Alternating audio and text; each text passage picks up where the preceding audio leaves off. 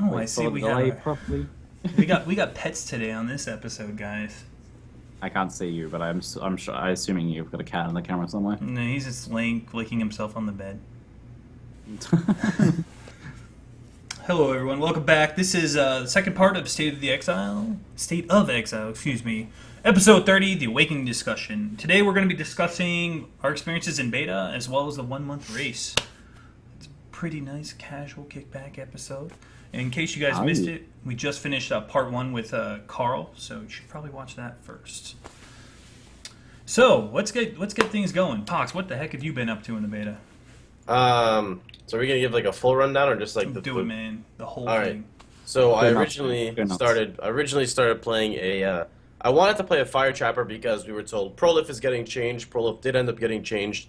It's is it 30% less damage and then scales all the way down to level 20 to 20% less damage. But then we ended up finding this new gem that wasn't technically out and didn't have a skill icon at release of beta. Release of closed beta, and it was called Fire Nova Mine. Ended up having a lot of fun with Fire Nova Mine. Got to like mid 80s or something with the character, and it was pretty cool.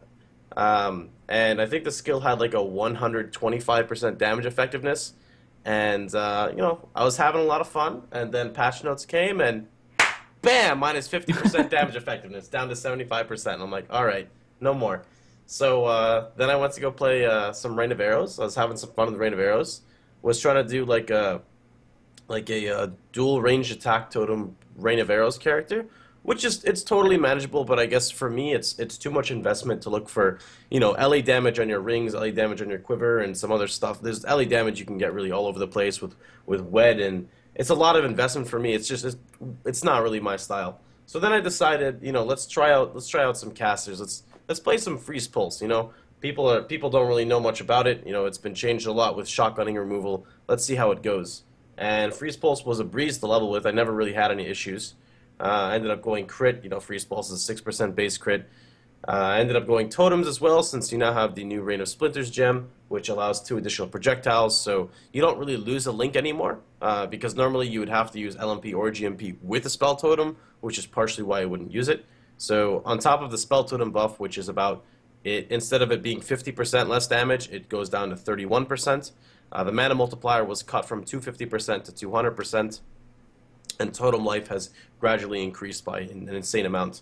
So ended up playing Freeze Pulse, was having a lot of fun, got myself to like, I don't know, 16, 17k DPS for all the tooltip warriors out there with a 5 link, had a lot of fun, and then I went to sleep and woke up, and Freeze Pulse was nerfed by about 22% damage. The bringer of nerfs. It was. And on top of the Freeze Pulse nerf, they also nerfed the projectile speed by 20% for some unknown reason. When I'm pretty sure Freezing Pulse is the only skill that loses damage as it travels.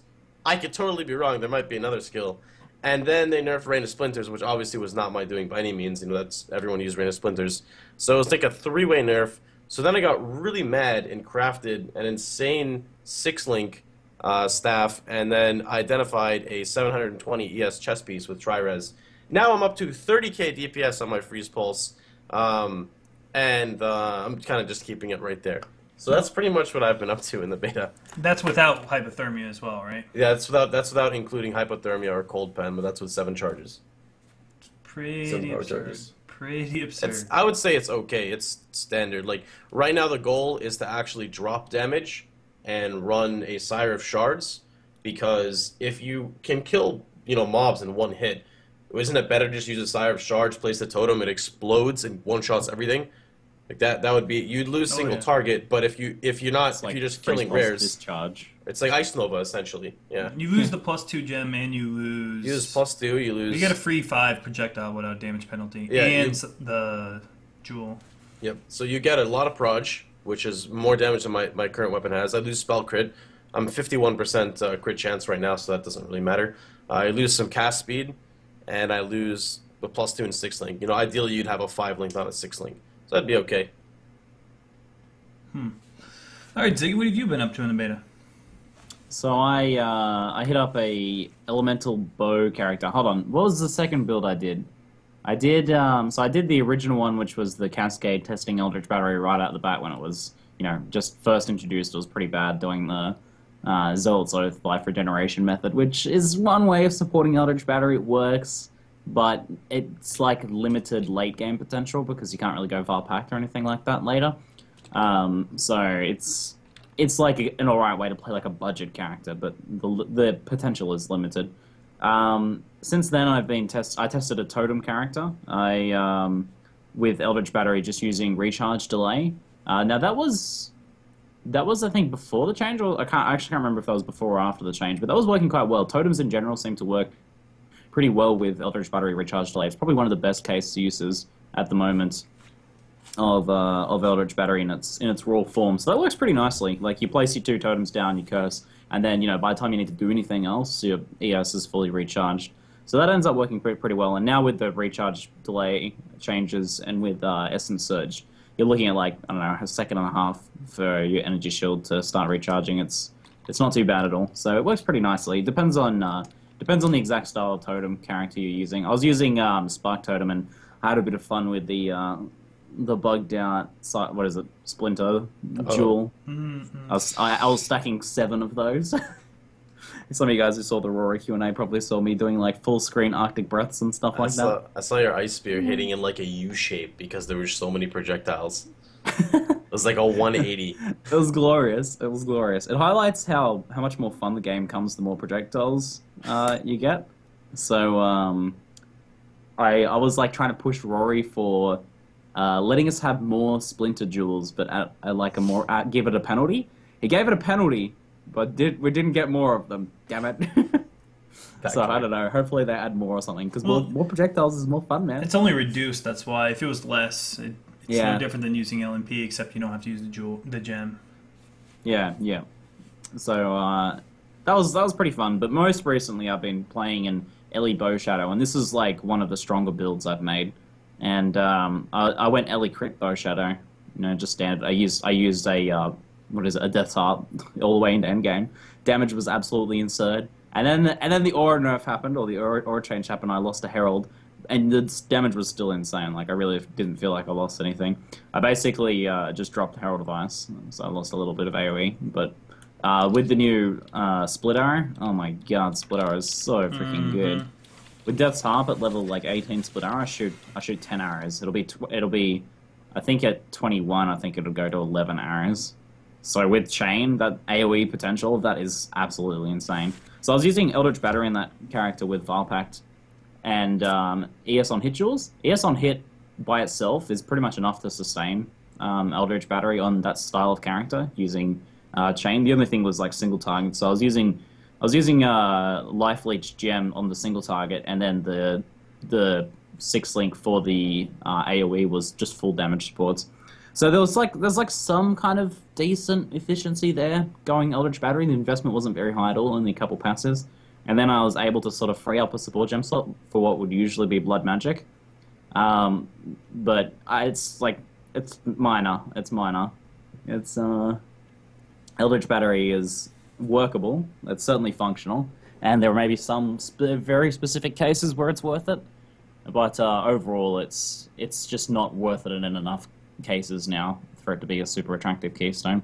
So that character worked well, and did prove kind of to myself at least that Vile Pact Eldritch Battery works well. The idea is that usually Vile Pact trading off Life Leech for your mana is terrible. It's a super bad idea.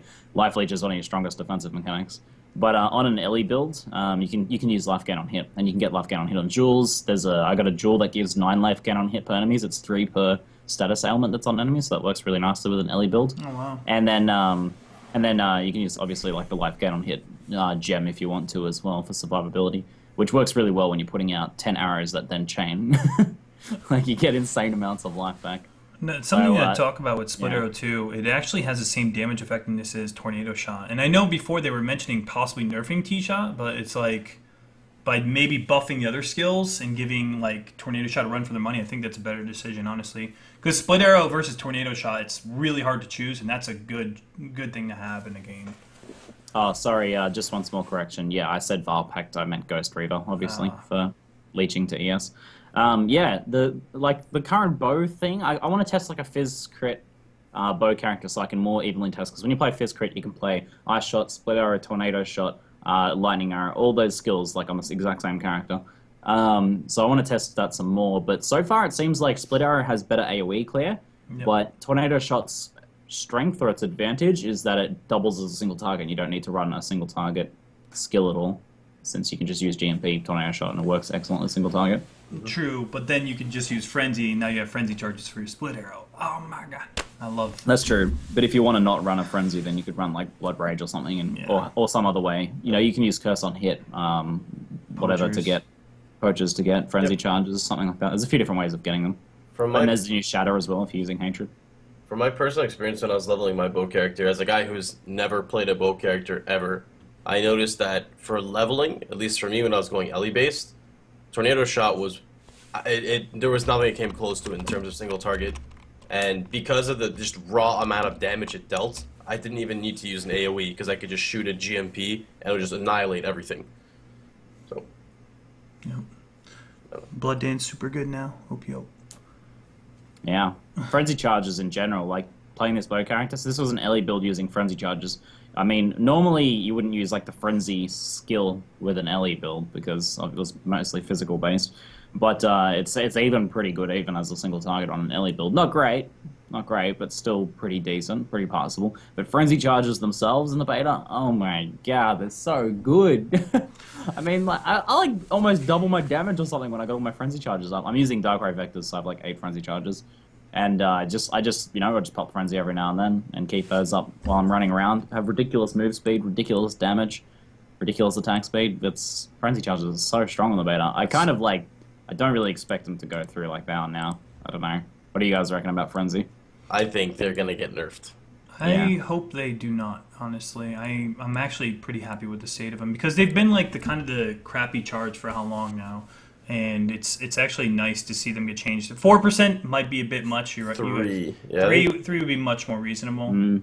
Yeah, I mean 8 frenzy charges is 32% more damage. But everything is more damage now too. Everything now is a multiplier. That's true, but I'm just saying, like I still think that's pretty nuts considering it kind of puts everyone in a position to want to get it.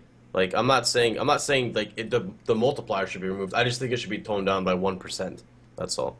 I like it now, and I see what you mean, Xena. That it's been so underused for so long. But I'm worried that in its current state, at the moment it's good because it's shiny and new, and I really like. I'm like, ooh, how can I make frenzy in this build? But I definitely see in like a couple months' time that I'm going to be like, ugh, I have to, no matter what, I'm going to have to get frenzy charge on this character because there's no way around it. Like, it's so good at the moment that I think every bow build at least that I make, no matter what I make, I'm gonna run frenzy of some description, get frenzy charges. The thing I'm worried about with frenzy damage is we haven't seen in beta. We don't see these low life RF tunes. You don't see these characters running around with all these multipliers. You just see pretty much everybody's self-found. Friends help each other out. You might get some things from trades, but everything's overpriced.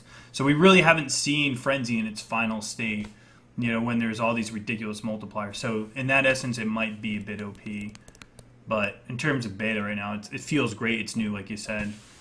Something I want to talk about with frenzy. A while ago, I made this 10 frenzy character going dodge. And in the current state of beta, it is possible to get 74% chance to dodge. 74. Use your dark ray vectors. Is that with the new jewel? The jewel gives 2% dodge, and the hook swords now give 3% dodge per sword.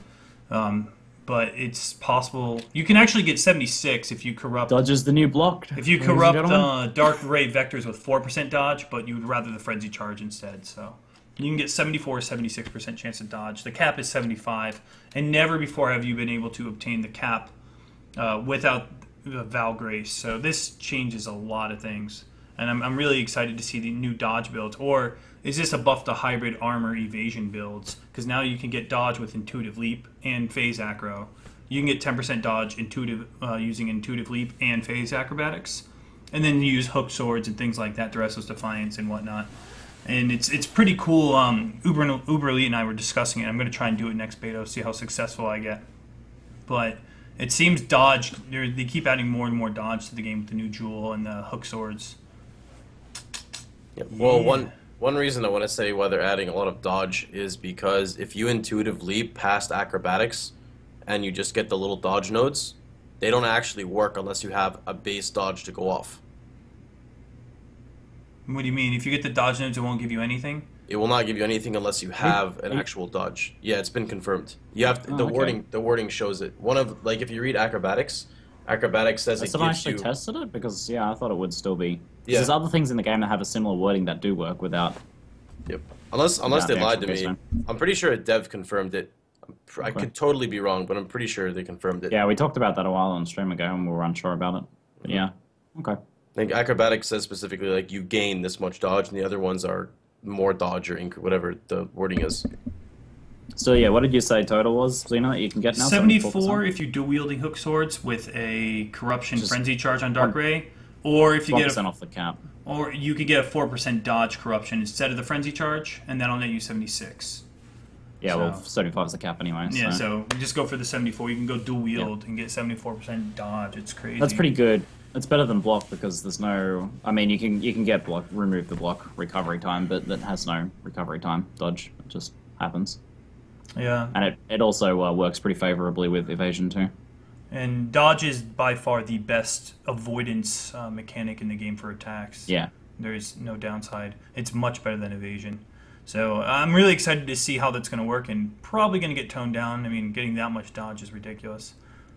But yeah. And at the moment, like. It sounds like, oh, sure, you're just like stacking, everything into getting dodge, but it's actually not that bad because you're stacking frenzy charges. You're still going to have really good damage with the current frenzy charges.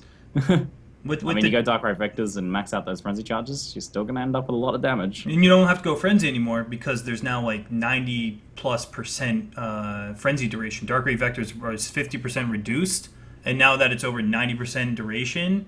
Before, there wasn't all these frenzy duration nodes, so you were forced to play frenzy to keep up your charges. Now you just go blood rage and have like a really long duration. You have a 14-second duration with Dark Ray Vectors and all the frenzy duration nodes, and you get 4% more damage per frenzy charge.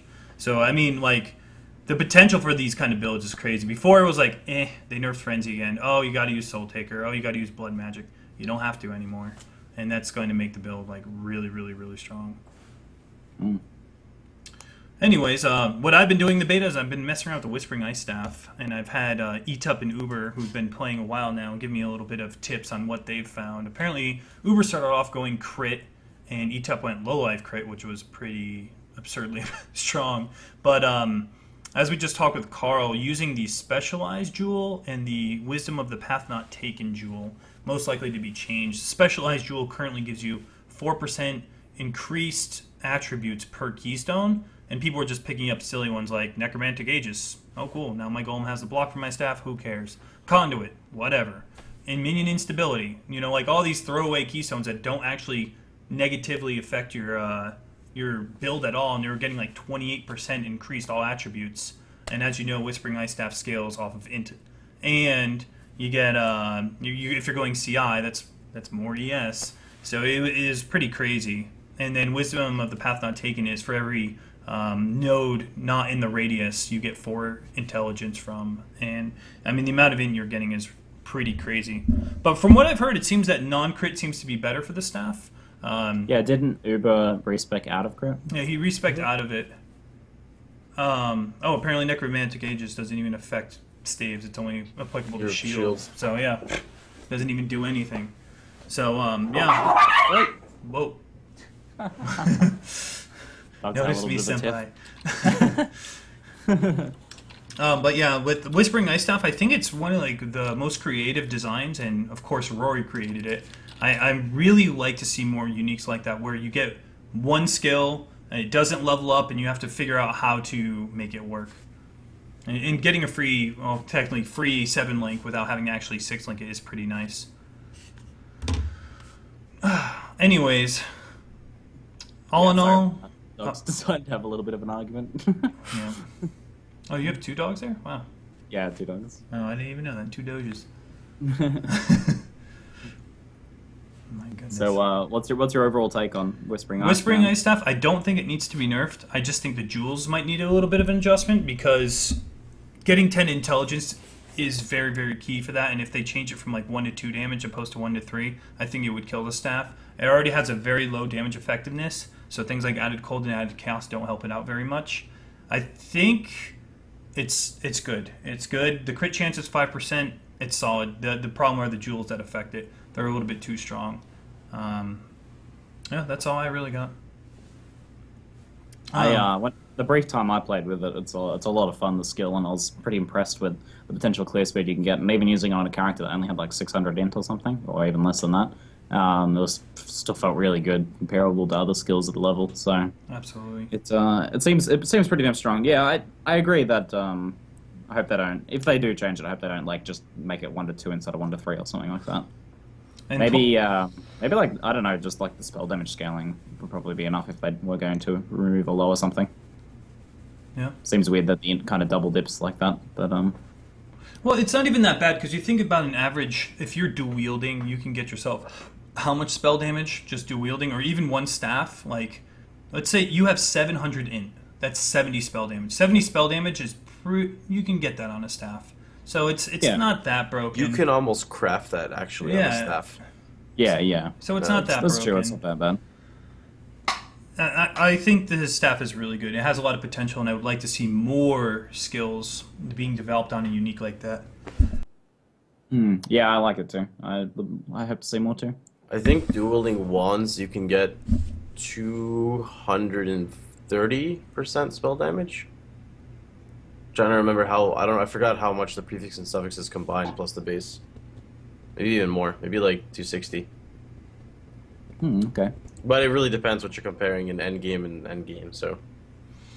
Yeah, fair enough. In regards to the beta, like, nerfs right now, things I think that might need a nerf is probably Flame Totem. Flame Totem is so stupid strong. When you get it at level 4, it gives you free projectiles. You got the dang jewel that gives you more projectiles.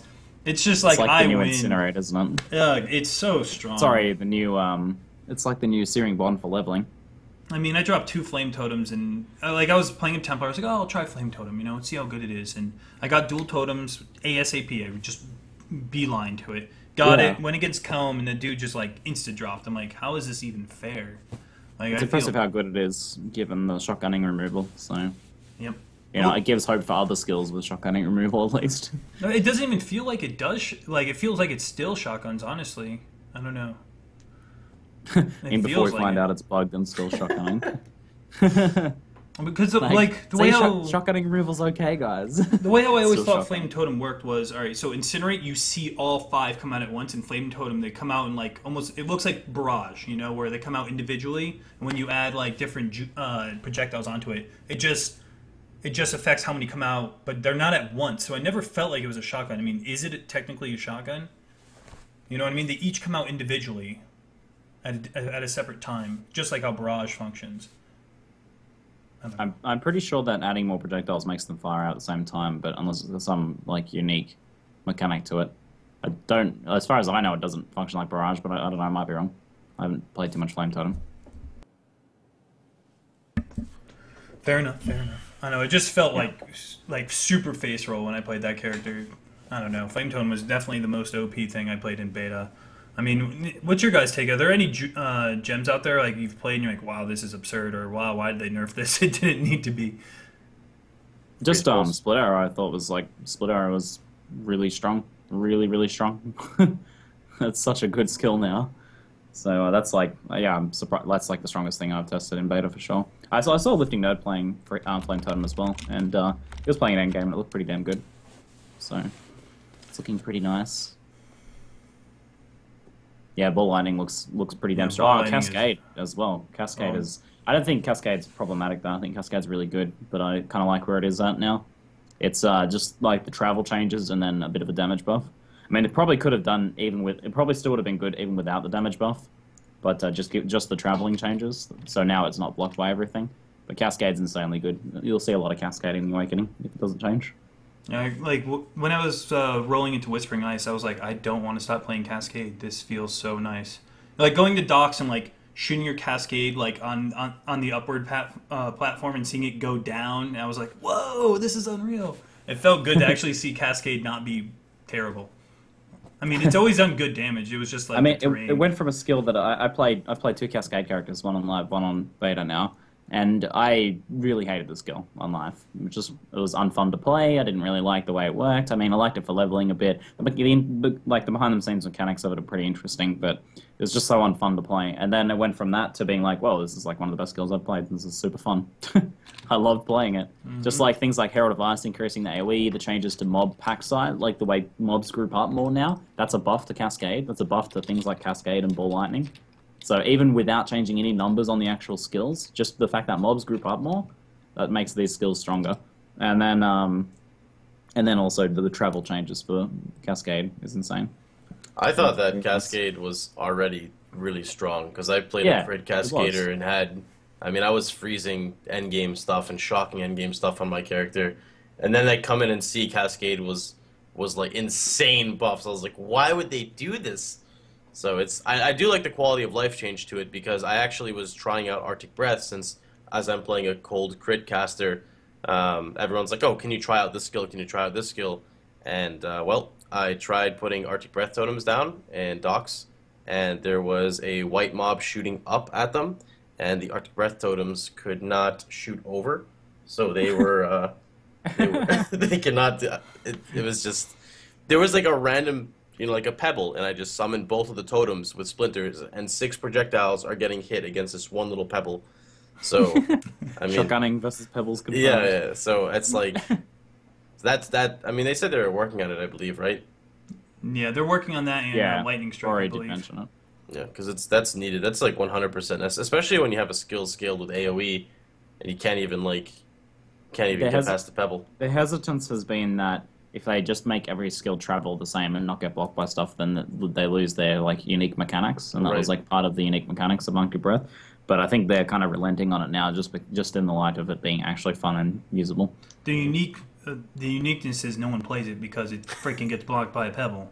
It was super frustrating because especially when you play a dual totem spec, you don't aim it. Your totem aims it. So if the nearest target is blocked by an object, it's going to non-stop shoot at that object until another target comes in a position. So it's really silly. Some gems I didn't understand the nerf behind. I was super happy when they buffed Infernal Blow, but then they buffed Infernal Blow to have the damage not be reflected. But then they changed Reflect, so it's like, whatever. And then they also made it so it's 10% explosion damage instead of 25, and I'm just like, why? It was finally usable, and now we can't use it because it's over-nerfed. And they lowered the crit chance, too, so I felt Infernal Blow was just unjustly slaughtered. No reason for that. And then no more Heavy Metal Marauder. Lightning Strike, it's projectile. Well, pretty much all the qualities that gave projectile speed or pierce, they all got slashed. Like Lightning Strike with the 40% on the tree, and it gave 60% at 20% quality. Now you still can't even get 100% pierce anymore with Lightning Strike. I don't know why they nerfed that. I don't know, and then like you said, freezing pulses and ice spear. Ice spear is like so important to have prod speed, and then they nerfed the quality on that too. And I don't even think ice spear was broken at all. And then they added projectile speed to EK though. Yeah. I mean, why are they removing enough other things that need it, but then adding it to something that did need it as well? You know. EK or Fire Mortar is going to be my next build, depending on if Fire Mortar comes out. I would wait for EK, man. I mean, unless you want to help it get buffed or something. I feel like it's going to be really lacking in the beta. I'm gonna try it. I'm gonna go crit and just do whatever I can. I want to see. Yeah, crit EK is always like okay. It's hard enough. Just trying to go non-crit EK. The problem with crit EK is you crit EK and you crit yourself and then you revive in standard. So. Yep. Some gems I'd like to say, like I didn't expect to buff, like Sweep. Sweep is now 100% no damage effectiveness. That's freaking crazy. In fact, you can go like Elemental Sweep now. It's like, what? Yeah, that's interesting because the theme was always like AoE equals damage effectiveness nerf. Yeah. But the thing about Sweep is that, you know, you're not, like, unless you're in the middle of the pack, which is enough of a trade-off, I think, you're not really using the full AoE. So that seems like a pretty decent change. Yeah. And plus, now you can have those knockback gloves because Sweep automatically knocks back. You can have the Vortex with Sweep, go Elemental, and it's like, what? Never used to do this. But they did nerf Aura, so good luck going Elemental for a while. Elemental two-handers, you know, pretty OP. So, yeah. What other gems got unjustly nerfed, do you guys think? Is there any? Lightning Tendrils. Lightning Tendrils and Fire Nova Mine. Okay, I understood that. I'm surprised. Lightning true. tendrils. They nerfed the AoE on it. Lightning over mine. They nerfed the AoE on lightning tendrils. Like that's a great leveling skill. You get it. Well, do you still get it early on? Yeah, they nerfed the AoE and they reduced its damage overall by 33%. It's so uncalled for. It was a ridiculously good leveling skill. Like, let's face that. That's fair enough. It was. Insanely good. But it's also a channeled skill. Like that's the unique part to it is you gotta stand still. Yeah. So here's my theory on lightning tendrils. I like the AoE nerf makes it seem like they're trying to make it into more of something that endgame you can use as a single target skill, kind of like Flame Surge, Lightning's version of Flame Surge. But then they've nerfed the damage as well. I don't know, maybe they bring the damage back up now that they've nerfed the AoE. The idea of more single targets for spellcasters seems to be the name of the game, though. Like removing shotgunning and then giving these skills more AoE potential, but losing some of the single target potential, and then getting more people to run single targets. I mean, attack builds have run single targets skills since the dawn of time, but spellcasters has never needed to because of shotgunning. Now, some skills like Cascade and Ball Lightning still work fine as single target as well, for the same skill. But that's just like Tornado Shot, right? It's the same. But most of them, it seems like you're going to want to go for a single target skill as well now, which is a bit tough on the gems though. But maybe that's the intention behind Lightning Tendrils nerf. Maybe. I could understand the early game nerf, but the late game nerf, it's like, what? Yeah, check out my late game Lightning Tendrils build. Said no one ever. I don't know why it got nerfed. And then something I wanted to talk about was Ice Nova. Ice Nova got ridiculously buffed. Like the level 16 now is like the equivalent of a level 20 gem on live. Pox and I were looking at it and we're like, I think 14 might be even. Oh, it was 14 or 16. Yeah, it was Didn't it already truck on live? Like I saw some guys playing Ice yeah. Nova recently. Yeah. And it was already crazy good. But the mana cost is still like astronomical for no reason, and good luck without EB. Yeah, I think the reasoning, the thing is though, that you have to remember is that since skills don't shotgun anymore, they had to raise it up because instead of using LMP on non-shotgunning skills, the damage got adjusted, which means you get a free hypothermia. So that's does that make sense? Since you don't have to use the link, you get a free multiplier now. So I feel naturally they had to increase the damage of other skills to be able to compete with them. Yeah, that's a very good point. Someone brings up a good point that Athene can now use Ice Nova successfully against Piesto and won't take him a half hour. Oh my god. It'll take 20 minutes instead. Yeah, the mana cost, I really hope to see a lot of skills get their mana cost reduced because with the change to Eldritch Battery, it feels really sluggish. Like, I don't want to use a mana pot. No one wants to use a mana pot. Fix it, please. Those hefty mana costs, Cold Snap, Ice Nova, Fireball's got a pretty hefty one. There's no reason. Even like Ice Storm, like I'm still using Mana Leech in my 7-link setup. But like it's not easy to sustain that mana cost at all. I just want to state that I'm level 86 and I still use a mana pot. Pot's always that guy.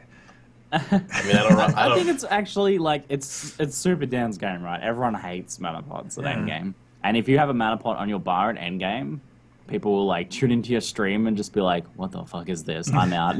Look, I get hated on, but I'm also running a 6-link dual totem without clarity. So I mean, yeah, I mean it's that's what I'm saying. It's like it's actually a decent option since they overhauled the flasks a while back. It takes one flask slot. And then you don't need to invest in mana. Like, all the stuff you usually invest in mana, and if you're talking like, 5 to 10 points to make Eldritch Battery work, now a mana flask maybe becomes a little more attractive. But yeah, it depends on if it's something. I think you're playing a totem build, so I think it probably works best in that scenario where you can still keep casting. Yeah. Yeah, none of my builds I play are like actually self-cast. For the most part, it's all like you run in as a trapper, you throw traps, dead totems, you drop the totems, move on. But I mean, mana flasks really aren't as bad as everyone thinks. Like you can run like a saturated sanctified warding mana flask, and if you get flask duration, you have a 30-second warding flask, and you can negate the mana regeneration using Arctic Armor, so your mana just stays still, and you have a permanent warding flask, or you could even do it with adrenaline, so you have permanent movement speed on. Yeah, there's a lot of make cool them utility flasks. Yeah, totally. it's just a lot of people don't want to work around it because for the most part, You know, what's the first thing you do when you want to play a game? You know, how do I only focus on my life pool? If I could focus on my life pool, not touch my mana pool, I get an extra utility flask open. That could potentially be a granite, a ruby, quicksilver, topaz, you know, whatever it is that you want. So, in your case, I'm going to make a mana flask build on beta. I'm doing it. My biggest problem with mana flasks is, okay, so you have these panic flasks where you get 100% recovery, you know, on low life, right? Why can't we get that on low mana with mana flasks? Why does it have to be on low life? Like, I don't understand that. What, you know, on low mana you get your pot back instantly. I think that would be a great change. Or it works with Eldritch Battery, where it applies to your energy shield. I would like to see that change with mana flasks. Because in the current state of the game, when I find a sanctified mana flask late game, the only time I'm picking it up is if it has quality, because I want to go glass blowers baubles. That's it. I think that's the entire community. So, I don't know. Either they change how mana flasks work, or they have it apply when you pick up EB. That would be pretty cool. So that way we don't have to go Zealot's Oath or Ghost Reaver. You know, more people would be willing to use mana flasks. They did. Rory did say that they are looking at adding some affixes to flasks that might do something for energy shield. I don't know what yet, but I speculate things like, you know, instantly start your recharge, or have your recharge occur while taking damage, while the mana flask is active, or while the flask is active. Things like that. Be so nuts. Yeah. That would definitely be supportive of Eldritch Battery, so it'd be interesting to see what they implement with that. I would definitely like to see that change. I would actually use a mana flask if it affected my ES while it's on top of my mana, you know? That makes sense. So we got about 10 minutes left. If right now is a good time if you guys want to get some questions going to us. We usually do a Q&A at the end. And if you have any questions you'd like to fire out off at us, by all means, please do so. Do we have any saved up right now, Ziggy? No, we didn't. We didn't work ahead on that, so we'll just answer the questions as we go this time around. I got one right here. It's from Lidden. Do you think anyone will ever... Excuse me, do you think anyone ever will use reduced mana as a skill? When is it ever worth a gem slot? Yeah, that's a good question. I mean, on the Turi, people get the mana reduction, like the Templar, 2 points in the Templar, for example, all the time. It's pretty decent option. But as a gem slot, sacrificing a support gem for that. I mean, I guess it's the same as using Mana Leech if it gets your skill working without any mana problems. But no one uses Mana Leech at the moment. Not really. I found a use for it finally in... I mean, maybe it's like a replacement for Blood Magic in some edge cases. I would say totems. Yep. Aura totems. If people decide to push the next level in doing that. So I can actually... I do want to say that I could envision seeing Aura totems coming out. Like, my theory was like... I don't know exactly how the links go, but you run defensive auras naturally in one offensive aura, and then when you get to the boss, you drop down your aura totems, like whether it be like, I don't know, because like think about it, if you're running through a map clearing, one-shotting mobs, one-shotting blues, you don't really need the damage till you get to a boss or a certain rare. And then since the change is going to happen now, where line of sight no longer obstructs auras, additionally they said they might even increase the radius of auras. Like, you could potentially just drop a totem and it hits the entire screen with auras, and that'd be pretty neat. Yeah, Carl did mention that he has plans to increase the radius of how auras work, and I would love to see that happen. If they just, like, maybe double or triple the radius of auras, be huge for party play. Yeah, definitely that aura totem thing. So, for those of you guys who are unaware, it's been crafted that you can get 0 mana reservation aura totems now with the changes. So that means we might see like you setting up a support totem, you know, chucking grace on a totem and then chucking it down for nasty fights. It's like you know how we have like rejuve totem, right? Some people use it sometimes to help with them have a bit more survivability, or a decoy totem. Maybe now you have the alternative of creating your own utility totem by you putting an aura on it. Now, it takes a fair bit of investment in terms of, like, you need, like, a jewel and some mana reduction, like mana cost reduction on the tree and stuff, but you can potentially do it. And you can maybe even get it so it's just a little bit of reservation, and that doesn't, like, if that's not affecting you and screwing up your build, that can work too. You don't need to get it to be completely free, unless you absolutely need that. So that's an interesting idea. I'm hoping that kind of goes through to live. I think it's pretty cool. Haste totem, yeah. Chuck it down for a bit more damage, a bit more stuff like that. Haste totem for summoners, something like that. I got a question from Silent Rob. How do you feel about the state of mines in the beta? I've been doing a mine build, and I think it's been okay, but I think clever construction needs to be changed or the mechanic reworked. So my issue with mines and traps right now, especially with the new mine that came out, which was Fire Nova mine, is it pulses, I think it's 4 times. I think it pulses 4 times or 3 times. Every pulse, it gains more damage. It gets a multiplier. The problem with that is if you're not using clever construction, A, it one-shots itself to reflect. I'm pretty sure that's intended because that's mines have like no HP and one HP. Two, since you needed to get into the last stage, you need to pretty much grab clever construction to ensure that it stays alive. And now with Act 4, with Act 4 now, if you try to run Combs area without clever construction, I'm not saying you can't do it because I've done it, but when the mobs use Firestorm, anything that possibly that has AoE will just one-shot a mine or a trap. So Tornado Shot will kill it, Leap Slam will kill it, Freeze Pulse will kill it, Firestorm will kill it. Any type of AoE will just kill it.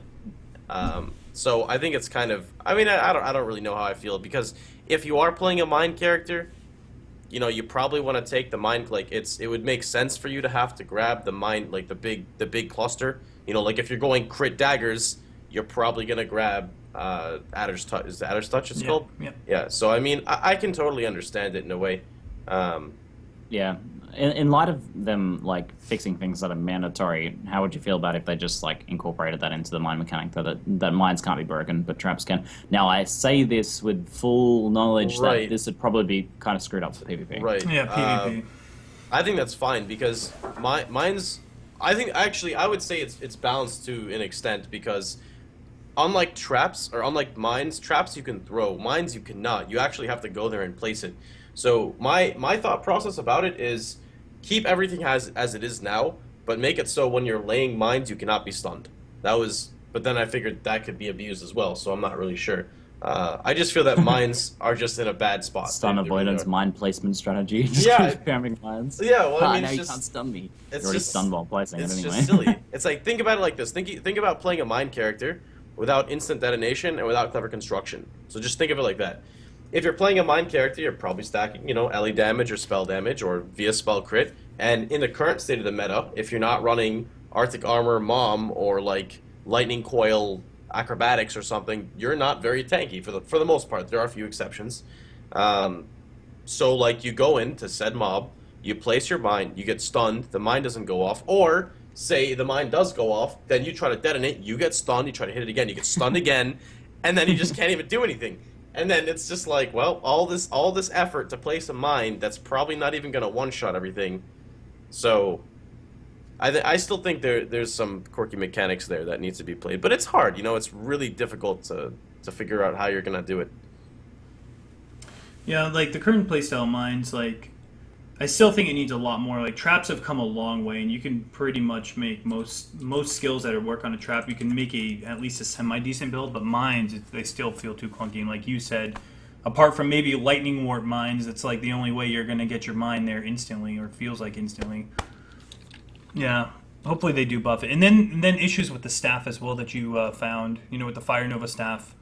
Even though it allows you to detonate it twice, you have to wait until the Fire Nova mine finishes its 3 pulses just to detonate it again. It's not like you detonate it and then detonate it twice and you have all this craziness going on. No, you have to wait for it to finish, then you could detonate it again, which during that time you could just place more mines, so screw it. It does, yeah, it is. It's awesome. It's so fast. You place mines so fast, but it's like, if you could just drop a mine, detonate, and it one-shots everything, why have to wait and then detonate it twice? Exactly. They should probably change the mechanic behind how that works. But it's really cool for like arc traps or arc mines, because they just instantly go off. So that's. But then there's no crit on the staff, so it's like, why are you playing a mine build without a crit? Isn't that the whole point of going mines, for the multiplier and no reflect? So this just kind of up and down. Another question here is, I'll take the quick one first. Flawless PoE asks about Blood Rage changes. Rory mentioned that they might look at changing the way Blood Rage work. It hasn't changed yet, so he mentioned that a possibility is making it a physical degen. This has not been confirmed yet. The idea was just, though, that they don't like just freebie gimmies for builds too much. So the idea that it's a freebie gimme for your your CI builds, etc., was kind of, maybe they want to move away from that somehow. And maybe with the strength of frenzy charges now, they might need to change Blood Rage a little. I hope they don't. Second question. Because you hope they don't? Yeah, because it's like CI is not a freebie gimme because you have to go CI. You know what I'm saying? You have to put forth the effort to make CI work. Whereas other builds, you have to sustain Blood Rage, but you're not going CI. Like CI in itself That's is a like downside. saying, you know, that's like saying, like for the reduced mana change, you know, it's like you have to get the auras. I mean, it's still just like a mandatory thing that you would do every time. I suppose. There's no extra thought in it. Well, CI already just got a It's not nerf like because CI's of EB. CI just got wrecked. Well, it didn't get wrecked, but you know the change to ES recovery. You know, CI's biggest benefit is Val Discipline, and Val Discipline received a nerf because of Energy Shield recharge. The amount of ES you get. It must still be really good, isn't it? It's a sixth. It's a sixth of your ES per second rather than a third. So, like, Val Discipline was godly for CI. A third of your ES, that's 3k ES minimum a second. You know, if you got 9k, it's crazy. But now it's a sixth, so, I mean, you notice a nerf just because they're changing EB, CI gets nerfed. So, I hope because they change Frenzy Charge, CI doesn't get nerfed because, you know, Blood Rage. It's just like how much is going to hurt CI because of another mechanic in the game. Yeah, fair enough. This is just an idea that they said they're tinkering with. Nothing's firm on that yet. Yeah.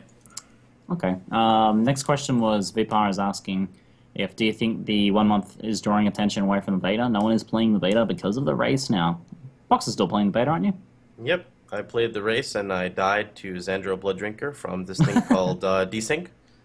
He was low life, and I looked at him, and he looked at me. Xandro. Yep, I looked at him, and he looked at me, and on my screen, he didn't leap slam. On his screen, he leap slammed. So I died and rage quit at level 5. Game's too hard for me, QQ. And I'm back in beta now with my 6th link, and I feel overpowered. Sound a little casual to me. I'm really casual. Actually, Etup's playing with me. That's right, Etup's back on here, I think. Yeah, I think Uber's here it's just too. like, you know, the first couple days or the first week or something.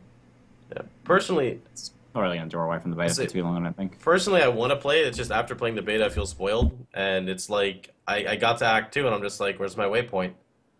And I was like, where is it? And I'm like, oh, I have to run all the way over here to do this. And I'm like, Sins, you have 3 levels now? When did that happen? So I think we're all set for the day. I mean, it's 5:01. I think we're good to go. Do you guys have any closing statements you'd like to talk about? happy No, Mother's just Day. thanks for tuning in, guys. It was good to have Carl on, and thanks for your questions.